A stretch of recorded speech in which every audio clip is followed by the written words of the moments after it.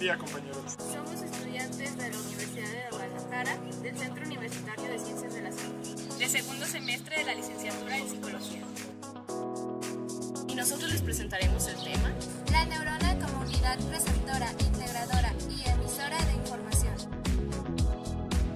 Nuestro cuerpo está compuesto por infinidad de células. Aproximadamente 100 millones de ellas son neuronas.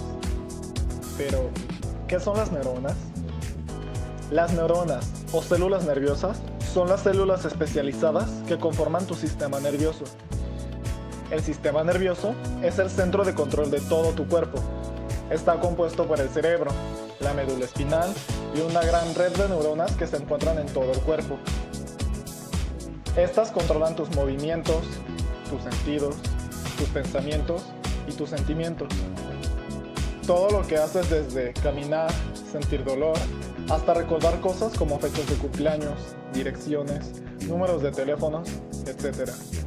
Es controlado por las neuronas y el sistema nervioso. La neurona es una célula muy diferente a las que estamos acostumbrados a ver y por tanto cuenta con una morfología propia. Esta está conformada por el soma, que es la parte principal de la neurona. Su forma es variable y dentro se produce la energía para el funcionamiento de la neurona. Tiene un núcleo central con uno o dos nucleolos prominentes y un citoplasma rico en organelos. Las dendritas son prolongaciones que salen de distintas partes del soma y tienen la función de recibir impulsos de otras neuronas y enviarlos hasta el soma. Cada neurona tiene muchas dendritas que se dividen formando un sistema de ramificaciones, similar a un árbol. El axón es una prolongación del soma que se extiende en dirección opuesta a las dendritas y tiene la función de conducir un impulso nervioso desde el soma hacia otra neurona. Llega a transmitir el impulso nervioso hasta 90 metros por segundo. La vaina de mielina forma una capa gruesa alrededor de los axones, lo cual permite la transmisión de los impulsos nerviosos a distancias relativamente largas. Los nódulos de Ranvier son las interrupciones que ocurren a intervalos regulares a lo largo del axón en la vaina de mielina que lo envuelve. Estos íntimos espacios de 1 micrómetro de longitud exponen a la membrana del axón al líquido extracelular. Su función es que los impulsos nerviosos se trasladen con mayor velocidad. Botones terminales. Son la parte de unión que liberan la información y contienen diminutas estructuras esféricas llamadas vesículas sinápticas, que contienen, a su vez, miles de moléculas de neurotransmisor. Cuando un impulso nervioso llega al botón terminal, algunas vesículas descargan su contenido en la estrecha hendidura que separa el botón de la membrana de otra dendrita celular. Todas las partes de la neurona son muy importantes porque envían información a través de impulsos eléctricos a todo el cuerpo. Y aunque una señal tenga que viajar unos cuantos metros para llegar al cerebro, no tarda más de una fracción de segundo. Cuando hablamos de sinapsis, nos referimos a la comunicación entre células. Muchas veces nos enfocamos en la sinapsis neuronal, pero hay diferentes modelos de sinapsis que hoy explicaremos. Si hablamos de una sinapsis entre neuronas, será una sinapsis neuronal.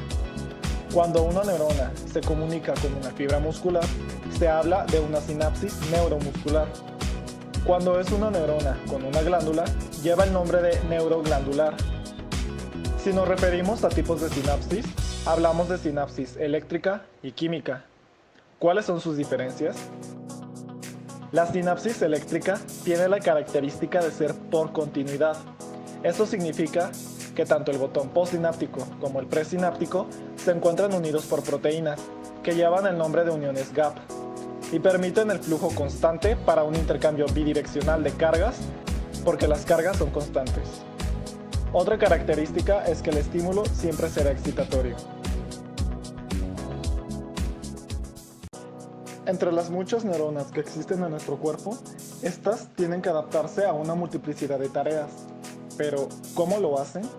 Se especializan y se dividen en diferentes tipos de neuronas, y mencionaremos algunas a continuación.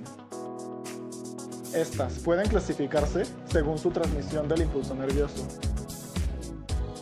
En neurona presináptica, la cual contiene neurotransmisor, y lo libera al espacio sináptico para que pase a otra neurona, y la postsináptica, que básicamente es la que lo recibe.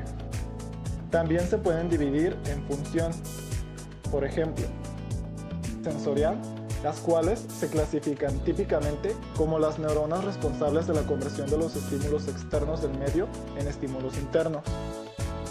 También se encuentran las neuronas motoras, las cuales son las encargadas de conducir los impulsos nerviosos al exterior del sistema nervioso central, hacia efectores tales como los músculos o las glándulas, incluso otras neuronas, produciendo así una respuesta.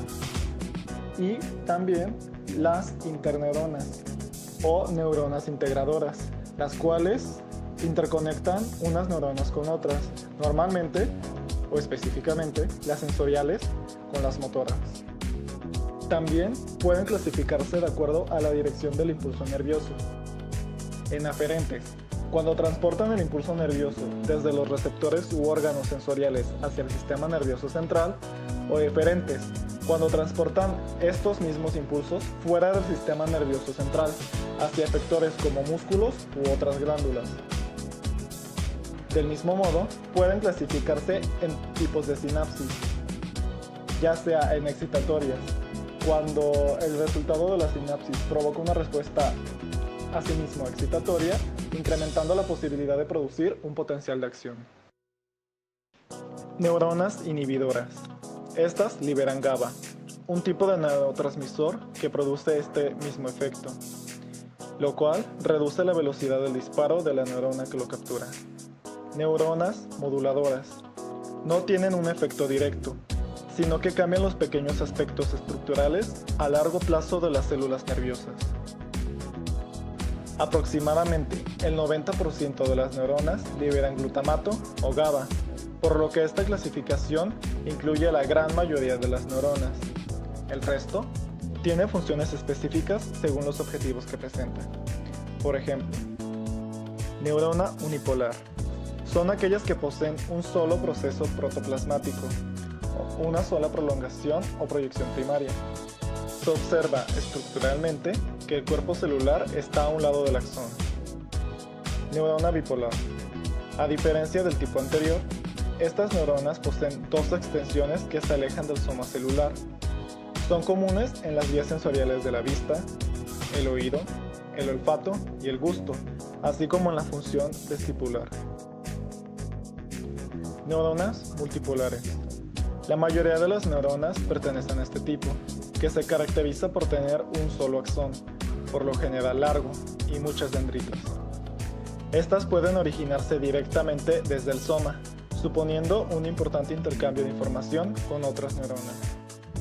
Las neuronas espejo son un tipo de neuronas que se activan cuando se ejecuta una acción y cuando se observa ejecutar esa acción o se tiene una representación mental de la misma.